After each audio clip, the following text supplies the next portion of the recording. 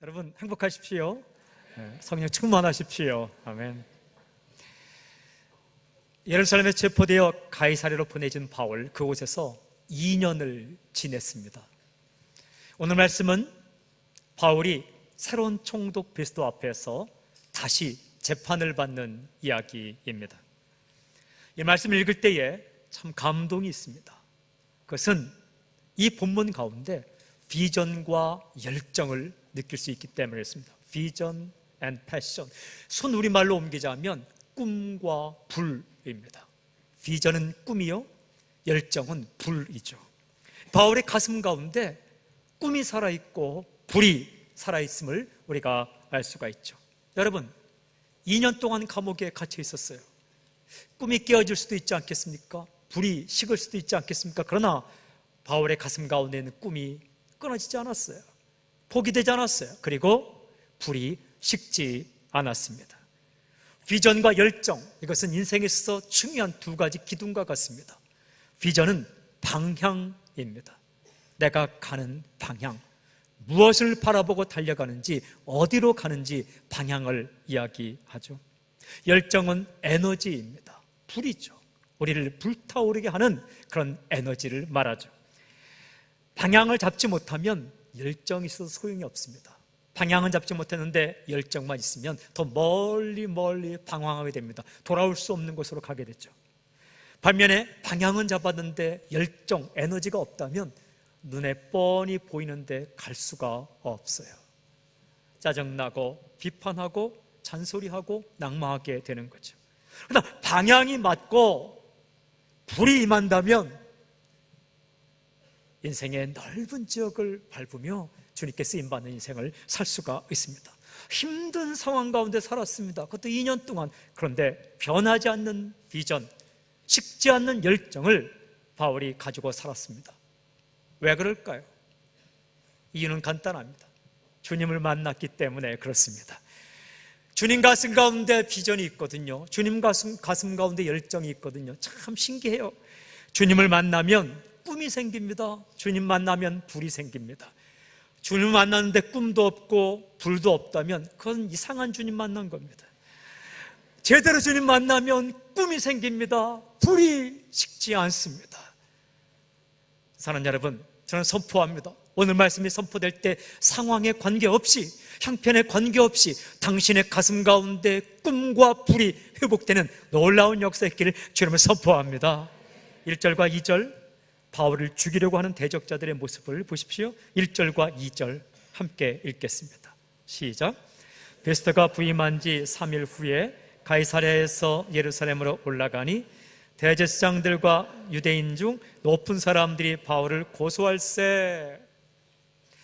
참 사람 잘 안 변합니다. 오늘 말씀 보면 2년이 지났는데 바울의 대적자들이 또 바울을 고소하고 있습니다. 총독이 바뀌었어요. 벨릭스에서 베스토로 바뀌었습니다. 한 3일 후에 예루살렘으로 올라갔습니다. 예루살렘 시차를 나가는 거죠. 그때 제사장들과 대제사장 그리고 유대 리더들이 바울을 고소했다라는 거예요. 참 끈질깁니다. 그들이 이렇게 말합니다. 3절 말씀 함께 시작. 베스도의 호의로 바울을 예루살렘으로 옮기기를 청하니 이는 길에 매복하였다가 그를 죽이고자 함이더라. 이렇게 말합니다. 바울을 좀 예루살렘으로 보내주십시오. 속셈이 뭡니까? 중간 길에 숨어 있다가 매복했다가 그를 죽이려는 계획을 가지고 있습니다. 사람이 참 악하죠? 하는 말과 속에 있는 속셈이 다르다는 거예요. 참 이 말씀 보면 2년 전과 똑같은 수법을 씁니다. 예나 지금이나 똑같고 2년 전에도 매복하였다가 바울을 죽이려고 했죠. 2년 후에도 매복하였다, 몰래 숨어 있다가 바울을 죽이려는 계획을 세웠습니다. 이들은요 어떤 생각을 했는가? 베스도가 아직 유대의 상황을 파악하지 못했을 때에 빨리 바울의 문제를 처리해서 바울을 죽이겠다, 이런 생각을 하게 된 거예요. 바울이 누구인지, 바울이 왜 갇혀 있는지 파악을 하지 못했을 때 바울을 보내달라고 요청하고 그를 죽이려는 생각. 두 번째 생각은 베스도가 집권 초기이니까 예루살렘 시차를 나왔을 때에 압박해서 부탁을 하면 베스토도 환심을 사기 위해서 어쩔 수 없이 허락을 할 것이다 라고 생각한 거죠. 우리도 보면 집권 초기에 선한 것을 많이 베풀지 않습니까? 그런 것을 생각해서 부탁을 하는 거예요. 참 아무리 생각해도 예나 지금이나 인간은 똑같습니다. 수법도 똑같고 생각도 똑같고 교활하죠. 그런데 이러한 요구에 대해서 총독이 어떻게 대답하는가? 4절부터 5절을 보십시오. 이렇게 대답을 합니다. 4절부터 5절 함께 시작. 베스토가 대답하여 바울이 가이사랴에 구류된 것과 자기도 멀지 않아 떠나갈 것을 말하고 또 이르되 너희 중 유력한 자들은 나와 함께 내려가서 그 사람에게 만일 옳지 않은 일이 있거든 고발하라 하니라. 베스토가요 허락을 하지 않습니다. 안 된다는 거예요. 안 되는 이유를 정확하게 두 가지로 말합니다. 성경을 보면 첫 번째, 바울이 가이사랴에 구류된 것 때문에 안 된다는 거예요. 4절에 나와 있죠. 바울이 가이사랴에 구류되어 있기 때문에 라고 번역할 수 있지만 정확한 번역은 이것입니다. 바울은 가이사랴에 구류되어 있어야 합니다. should be kept. 그는 가이사랴에 구류되어야 하는 것이 맞습니다라는 거예요. 로마법에 따라서. 왜냐하면 그는 로마 시민이고 이제 로마로 압송되어야 되기 때문에 로마의 점령지 또 로마의 지배지인 가이사랴에 임시 구류된 것이 맞습니다라는 거예요. 두 번째 이유는 이렇게 기록되어 있어요. 자기도 멀지 않아 떠나갈 것을 말했다. 자기는 누구예요? 베스토입니다. 베스토도 멀지 않아 떠나간다. 어딜 떠나가요?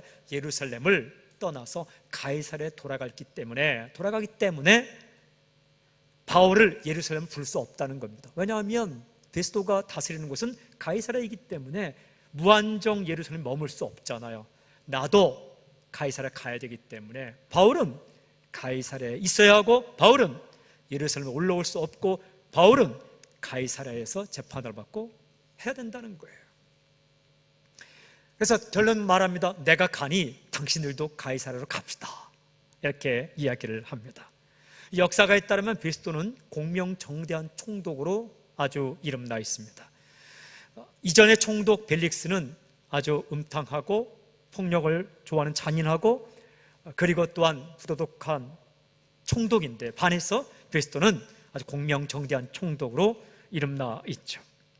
근데 더 깊이 생각하면 이 베스토가 이 사람들의 청을 거절하는데 그 배후에 누가 있는가? 주님이 계세요. 말씀을 읽을 때는 이 글자 너머에 줄과 줄 사이 그리고 줄과 줄 사이에 그 너머에 누가 계신가를 알아야 돼요. 생각해 보면 인생의 싸움은 바울과 바울의 대적자들의 싸움이 아닙니다. 표면적으로는 바울과 바울 대적자들이 싸우죠. 바울의 대적자들은 바울을 죽이려 하고 바울은 그들을 향해서 변론하지만 더 깊게 나아가면 바울의 대적자들과 주님과의 싸움이에요. 게임이 안 되는 거죠. 싸움이 안 되는 거죠. 주님께서 베스토의 마음을 움직여서 바울을 죽이려는 사람들의 청을 거절하게 만들어 주셨다는 것입니다. 여러분 안심하지 마십시오. 안심하지 마십시오. 걱정하지 마십시오. 인생의 전쟁이 당신과 당신의 대적자들과의 전쟁이 아닙니다. 당신과 사탄과의 전쟁이 아닙니다. 주님과 대적자들의 전쟁이에요. 힘과 파워와 지혜와 능력이 있어서 상대가 안 되는 게임입니다. 주님께서 베스토의 마음을 움직여서 바울을 죽이려는 사람들의 청을 거절하게 만들어 주셨다는 것이죠. 주님께서 베스토까지 사용하고 계시는 거예요. 그래서 이 사람들이 할 수 없이 가이사랴로 따라 내려갑니다. 참 신기해요. 이들이 굉장히 고집이 센 사람들입니다. 유대민족은 고집이 셉니다. 기적을 좋아하고 고집 세고 정이 넘치고.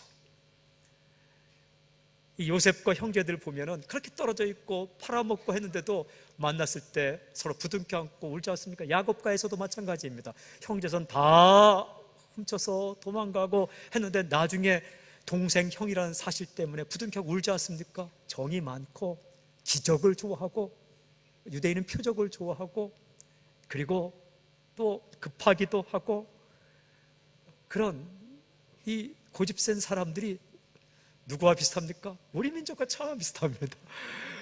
그런데 이 사람들이 또 고집을 꺾고 가이사랴까지 따라 내려갑니다. 6절 7절 보세요. 6절 7절 함께 시작.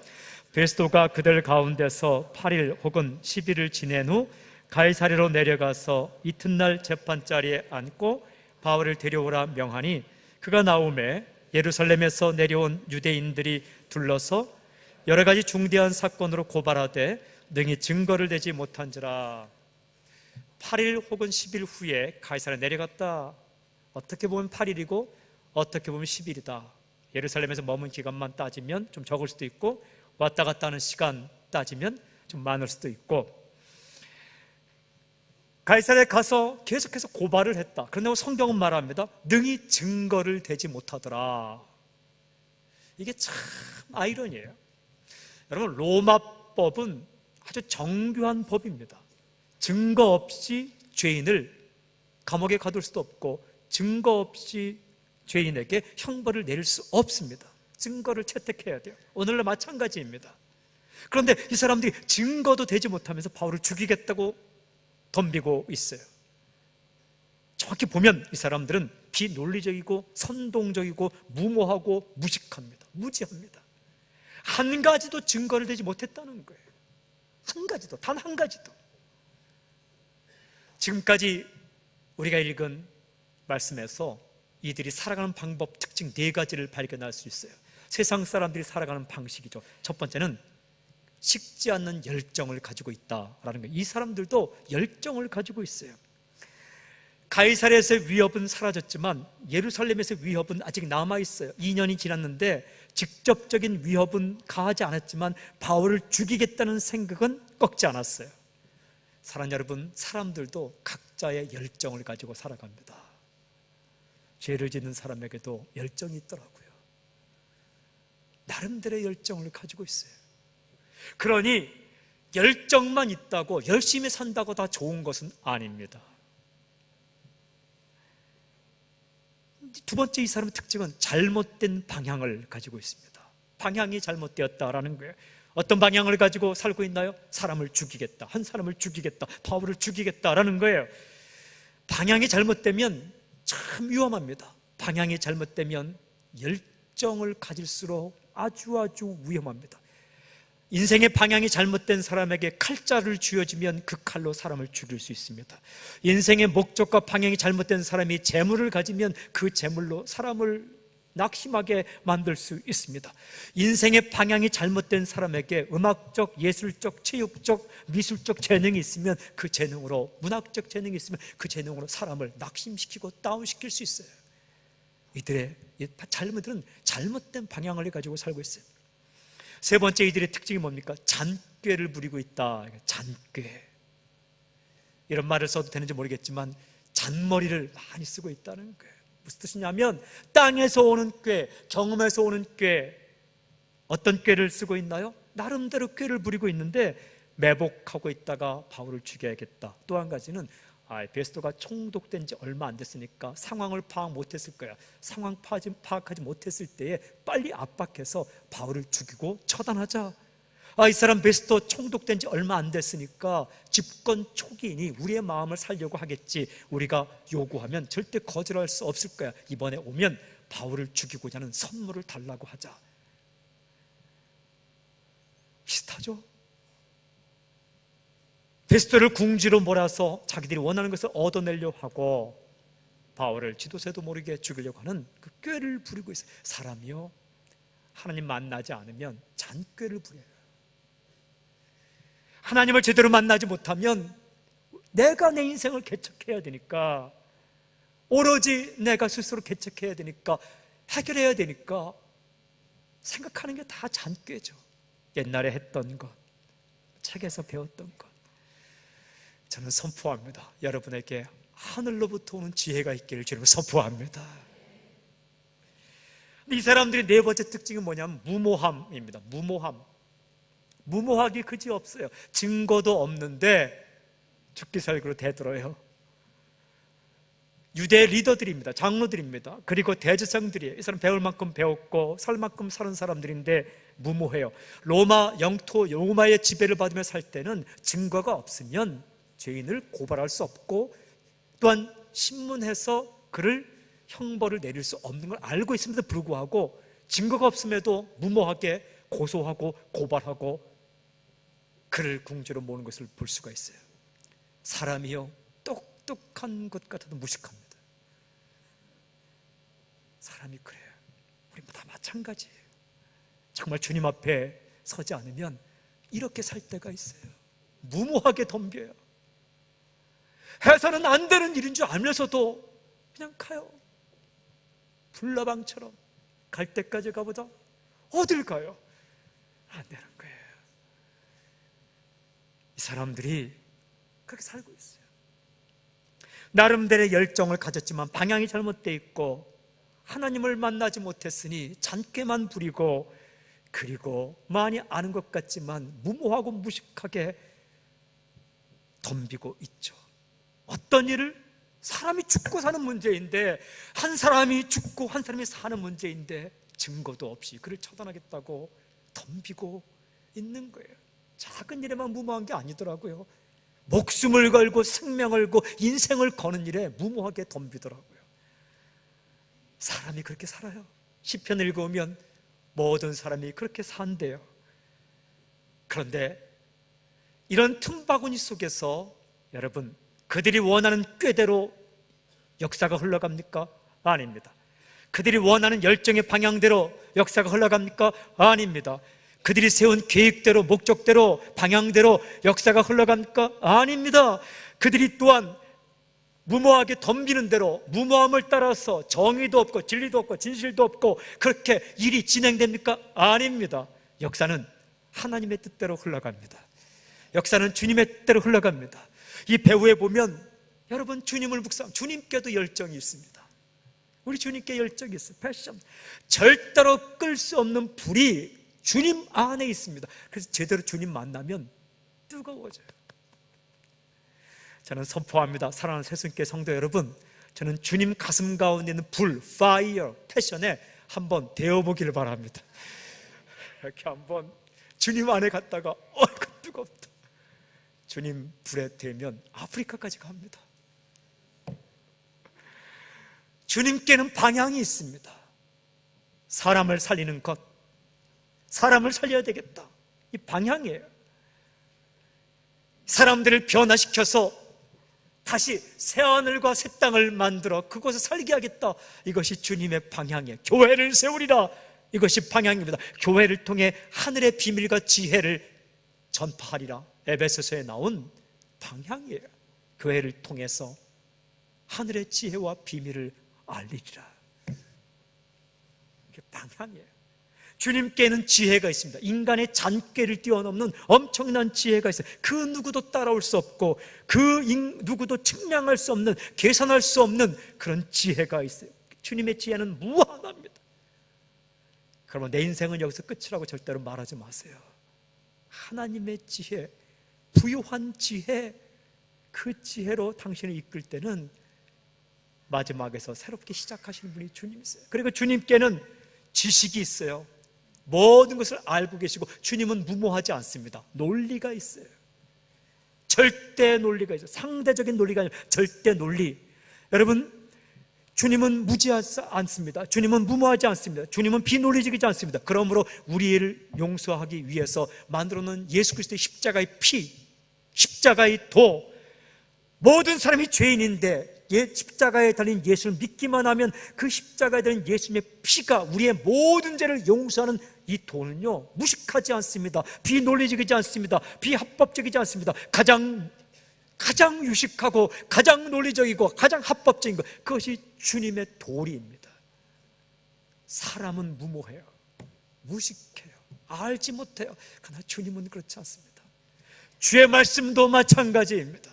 그 주님께서 누구를 지키고 있어요? 바울을 지키고 있어요. 그 주님께서 누구와 싸워요? 바울을 대신하여 바울의 대적자들과 바울을 죽이는 사람들과 싸우고 있는 거예요. 주님의 열정, 주님의 방향, 주님의 지혜, 주님의 지식.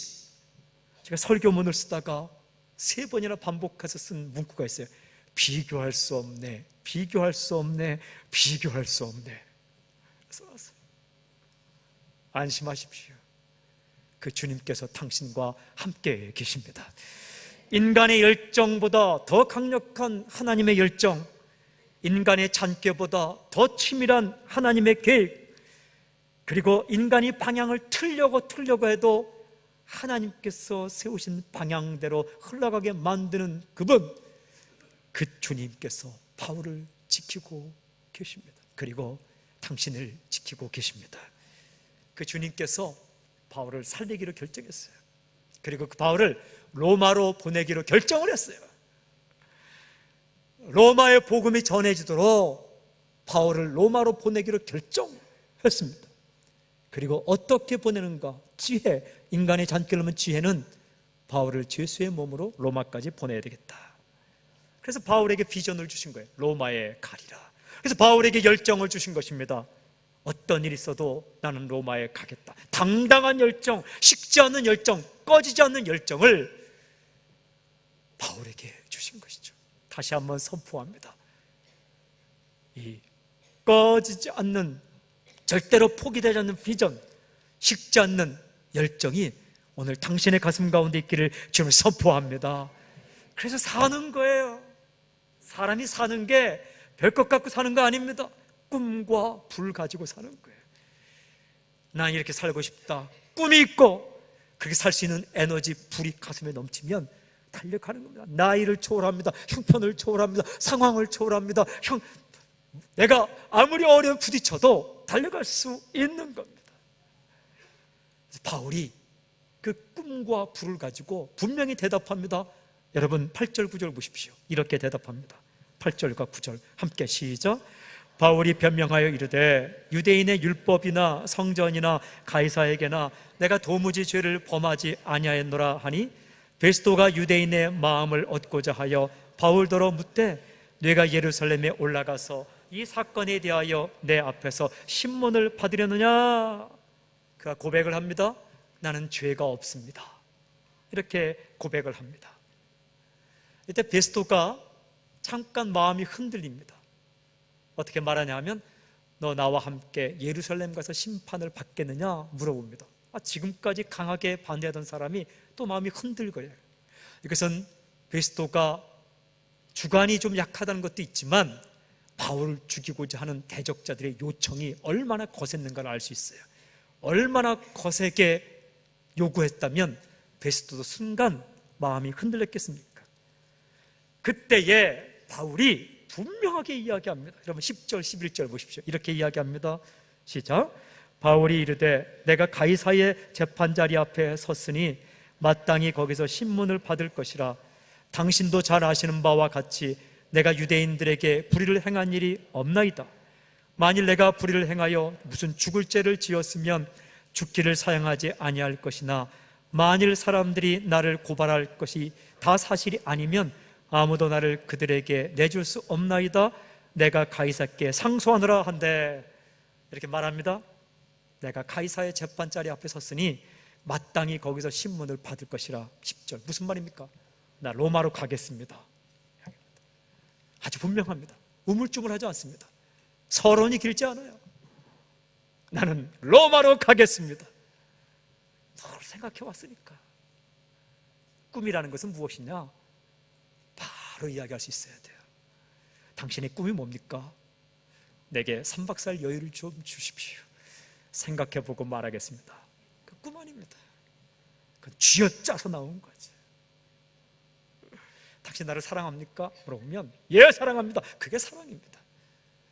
참 생각해 보십시오. 내가 당신을 좋아하는 게 사랑인지 그냥 우정인지 한 3박 4일 생각해보고 쥐어짜서 판단해서, 사랑도 꿈도 소망도 믿음도 인생을 사는 것도 가슴속에 가득 차서 툭 건드리면 그냥 막을 수 없게 삐져나는 것.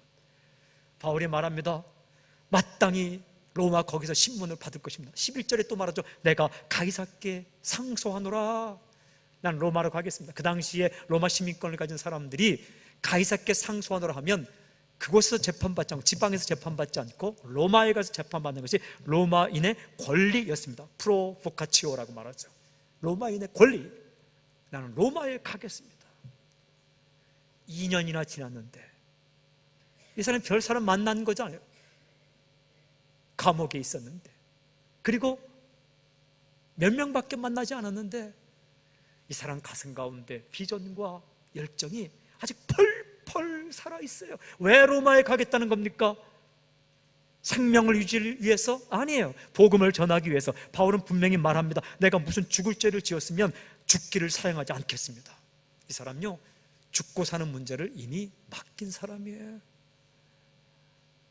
로마에 가서 복음을 전하고 싶습니다. 내가 가이사께 상소합니다 라고 말, 분명한 비전과 식지 않는 열정이 있어요. 사랑하는 동역자 여러분, 오늘 성령께서 역사하셔서 당신의 가슴 가운데 비전과 열정이 하늘로부터 임하기를 좀 선포합니다. 우리 이 도시를 향해서 그런 열정을 가십시오. 제가 요즘 기도하고 소망하는 것은 40일 새벽 기도할 때 언젠가 한 번은 이 시드니에 있는 모든 크리스천들이 모여서 40일 새벽 기도 한 번 했으면 좋겠다, 함께 했으면 좋겠다 하는 꿈이 생겼어요. 그러면 시드니 땅에 뭔가 일어나겠다. 장소는 아무 데나 상관없어요. 그리고 흩어져 있는 디아스포라 한민족의 교회가 살려면 다민족들을 반드시 품어야 합니다. 우리도 나그네지 않습니까?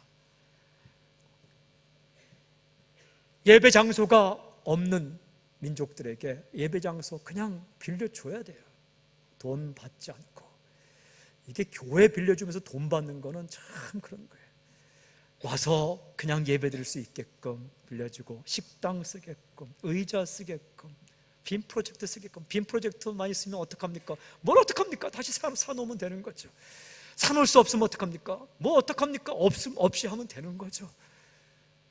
우리가 넉넉히 품고, 우리도 다민족이니까. 그들과 만나서 영어 씁니까? 뭐 씁니까? 뭘 고민합니까? 그냥 통하는 언어 쓰면 되는 거죠. 그들이 한국말을 배우든지 우리가 캄보디아 말을 배우든지 영어를 열심히 배우든지 해서 서로 다 통하게 되어 있습니다. 품고 사랑하고. 그리고 저는 우리 교회에 또 크리스천들의 가정이 다 살아났으면 좋겠습니다. 가정, 좋은 엄마 좋은 아빠 되십시오. 좋은 자녀 되십시오. 좋은 할아버지 할머니 되십시오. 크리스천이라면 교회에서 할렐루야 손을 드는 것과 동시에 집에 가서 걸레도 드십시오. 빗자루도 드십시오. 그 손에 주님께서 할렐루야 주님을 찬양합니다. 그럼 주님께서 빗자루 들려주실 거예요. 좋은 아빠 되십시오. 그걸 기도하십시오. 소망이에요. 크리스천들의 가정이라면 살아있고 힘들죠. 어려운 일이 있을 수 있죠. 포기하지 않고 기도하고, 아버지 학교, 어머니 학교, 자녀 학교, 부모 학교, 시니어 학교, 결혼 예비 학교, 미혼 부부 학교, 학교가 중요한 것이 아니라 그것을 통해서 한 명 한 명의 가정이 당신 때문에 살아날 수 있다면, 그리고 맡은 일 직장에서 최선을 다해 일하는 그런 크리스천들, 그게 목회자로서의 저의 비전이에요. 웃으면서 일하고. 모라비안 교도들의 책을 읽다가 감동받았는데, 모라비안 교도에 대한 책들이 참 많이 있습니다. 믿음으로 살았던 그 사람들의 책을 읽다 보니까 딱 두 가지 문장이 저에게 마음에 들어왔어요. 그들이 만든 빵은 맛이 있었다. 그들이 만든 칼은 강했다. 대장장이 가운데 예수님 믿은 그들이 칼을 만들면 그 칼은 강했다는 거예요. 쓰다가 부러지거나 쓰다가 이빨이 빠지거나 그렇지 않고, 크리스천 대장장이가 만든 칼은 쓸만했다는 거예요. 크리스천 베이커, 빵 굽는 사람이 만든 빵은 맛이 있었다는 것입니다. 우리가 교회 안에 모여서, 예배당에 모여서 찬양하고 기도하고 말씀 듣지만, 진정한 비전은 세상 속에 나가서 우리가 맡은 일을 최선을 다해 하는 것. 사랑하는 성도 여러분, 당신 마음 가운데 로마가 있습니까? 당신 마음 가운데, 바울의 가슴 가운데 있던 이방인이 있나요? 다 주님 앞에 가서 다 한 가지씩 분양을 받기를 바랍니다. 꿈이라는 것은 주님 가슴 가운데 있는 수많은 꿈을 내가 분양받는 거예요. 저도 어떤 목사가 되길 원하냐? 주님께 자꾸 가서 주님의 꿈을 분양받아 와서 여러분에게 재분양하고 싶은 게 제 비전입니다. 그래서 이틀 전인가 3일 전에 캄보디아 가시는 분 만났는데, 캄보디아에 가신다고, 몇 분이 가신다고, 한 달 동안 가신다고. 제가 그랬어요. 가서 집 한 채 보고 오십시오. 그래서 우리가 매번 갈 수 있는 집, 목사도 가서 살고 장모님도 가서 살고 집사도 살고 다음 세도가 살고, 그래서 그 집에 가서 한 달씩 15일씩 살면서 그 지역에 있는 사람들 좀 키우고 장학금 주고, 그리고 여기 있는 캄보디아 그 연결된 그 마을 사람 초청해서 장학금 주고 밥 해주고, 요리를 잘하는 사람은 가서 밥 해주고, 우리가 장학금 주고 기르고 영어 가르쳐주고 말씀 가르쳐주고, 그러다가 그들을 호주로 한번 초청하고, 초청한 사람들 가운데 정말 똑똑하고 믿음 좋은 사람은 아예 유학을 데리고 와서 공부시키고, 그러면 그들이 고향 땅에 돌아가서 국무총리가 되고.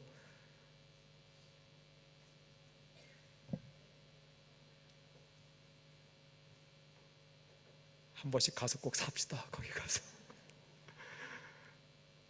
구체적인, 실질적인.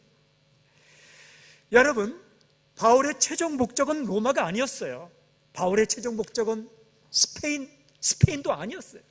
우리의 최종 목적은, 아무리 당신이 캄보디아 선교해도 캄보디아는 아니에요. 인도네시아 아니에요. 아무리 사업을 통해서 복음을 전한다고 그 사업이 최종 목적 아니에요. 우리의 최종 방향, 최종 비전은 죽으나 사나 주의 것으로 주님 영광에 사는 거예요. 바울은 이렇게 고백합니다. 로마서 14장 8절에 우리가 살아도 주를 위해 살고 죽어도 주를 위해 죽나니 그러므로 사나 죽으나 우리가 주의 것이로다. 주의 것으로 사는 게 비전이었고 꿈이었어요. 그런데 구체적인 꿈, 오늘 우리에게 주어진 꿈은 로마서 15장 28절, 바울은 이렇게 고백해요.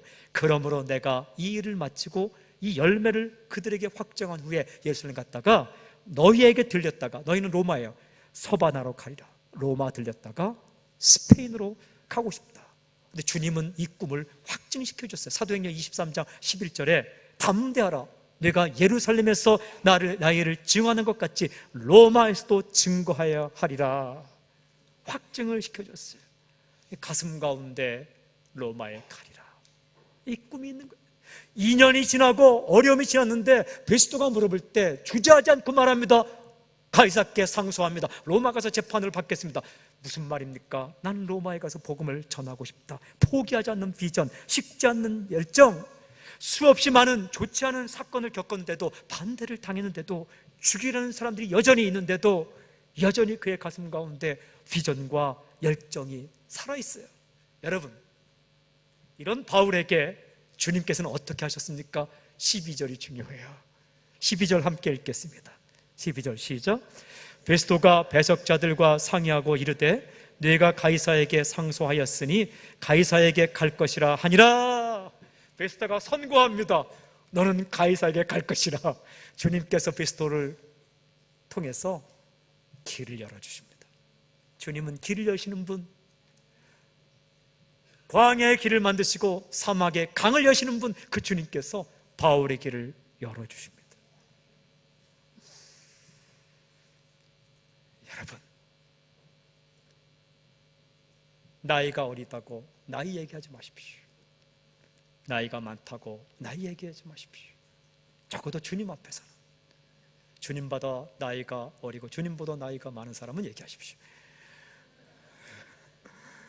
내가 고생을 많이 했다고 말하지 마십시오.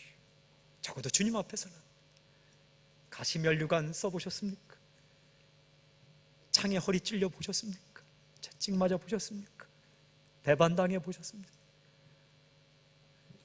적어도 주 앞에서 내가 이렇게 이만큼 고생했으니까 앞으로는 고생 안 하고 편히 살려는데 왜 목사님 자꾸만 그렇게 말합니까? 라고 저한테는 얘기할 수 있지만 주님께는 얘기하지 마십시오. 왜 주님 저에게 자꾸만 이 또 새로운 것을 하라고 말씀하십니까? 주님, 내가 할 일이 참 바쁜데 시집가고 장가가고 그 성경에 나오죠, 마태복음에. 예, 여러분 시집가고 장가가십시오. 아이도 낳으십시오. 장사도 하십시오.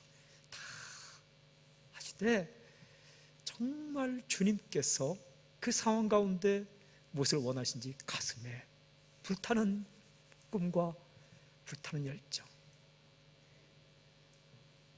질문이 하나 있어요. 어떻게 비전과 열정이 식지 않는가? 주 앞에 가야 합니다. 주의 가슴 가운데 들어가서, 제가 이 곡을 쓸 수 있다면 너 주님의 가슴 가운데 들어가서 주님의 비전을 받아라. 너 주의 마음 가운데 들어가서 주의 불을 받아라. 이렇게 가사를 노래를 만들고 싶어요. 그런데 그런 노래를 지을 수 없어서 일주일 동안 생각하는데 이 찬양이 저에게 가슴 가운데 계속 났어요. 김도현 씨가 작곡한 곡인데 성령이 오셨네, 이런 곡이에요. 허무한 시절 지날 때에 깊은 한숨 내쉴 때 그런 풍경 보시며 탄식하는 분이 있네. 허무한 시절을 지나고 깊은 한숨 내가 내쉴 때 이러한 풍경을 보시고 탄식하는 분 계시네. 여러분, 당신이 풍경화예요.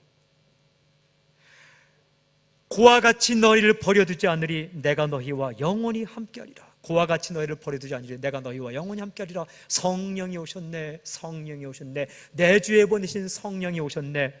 그 다음 가사가 제 마음에 들어왔어요. 우리 인생 가운데 친히 찾아오셔서 그 나라 꿈꾸게 하시네. 이 땅 가운데 있지만 하나님의 나라를 꿈꾸게 하고 하나님의 영광을 꿈꾸게 한다는 거예요. 2절은 이렇게 됐어요. 억눌린 자, 갇힌 자, 자유함이 없는 자. 억눌리고 갇히고 자유함 없이 사는 자, 피난처가 되시는 성령님 계시네. 주의 영이 계신 곳에 참 자유가 있다네. 저는 비전과 열정 안에서 여러분이 인생에 참 자유가 있길 주님을 선포합니다. 진리의 영이신 성령이 오셨네, 성령이 오셨네, 성령이 오셨네, 내 주에 보내신 성령이 오셨네. 우리 인생 가운데 친히 찾아오시어 그 나라 꿈꾸게 하시네. 꿈꾸는 인생, 춤추는 인생, 꿈꾸는 교회, 춤추는 교회, 그리고 가슴에 불이 식지 않는 70이 되고 80이 되어 시니어들이 선교합니다. 한국의 프로그램 가운데 그 훈련 가운데 가장 좋은 훈련이 제가 요즘 보니까 시니어 선교 한국이더라고요. 시니어들이여 다시 한번 선교를 위해 일어나라. 그 대표가 월말에 시드니를 방문합니다. 우리에게 모셔서 강의를 듣고 싶어요. UN 대사를 했고 이스라엘 대사를 했고 또 외무부 차관을 지냈던 이시영 장로님이 시니어 선교 한국 대표인데 참 이분이 감동이 있더라고요. 다 마치고 선교제 가서 딸을 도와주고, 그리고 한국께서 시니어들이여 선교를 위해 일어나라, 이 운동을 하고 있더라고요. 그런 운동이 우리 시드니 땅에서도 일어날지어다. 그리고 젊은이들이 불같이 복음을 들고 말씀을 듣고 호주의 주류 사회로도 또한 전 세계로도 또한 각각 모든 분야에게로 나아가는 놀라운 은혜와 은총이 당신의 가정 가운데 있을지어다. 저는 선포합니다. 시편 116편 5절 6절에 눈물 흘리며 씨를 뿌리는 자는 기쁨으로 거두리로다. 울며 씨를 뿌리러 나가는 자는 반드시 기쁨으로 그 곡식단을 가지고 돌아오리다. 갈라디 6장 9절에 우리가 선을 행하되 낭심하지 말지니 포기하지 아니하면 때가 이름에 거두리라. 선포합니다. 비전과 열정이 당신의 가슴 가운데 살아있을지어다. 살아날지어다. 하늘로부터 임할지어다. 잔꾀가 사라지고 당신의 인생에 더러운 목적이 사라지고 하나님의 목적, 하나님의 비전, 하나님의 꿈과 소망이, 열정이 임할지어다. 기도하겠습니다.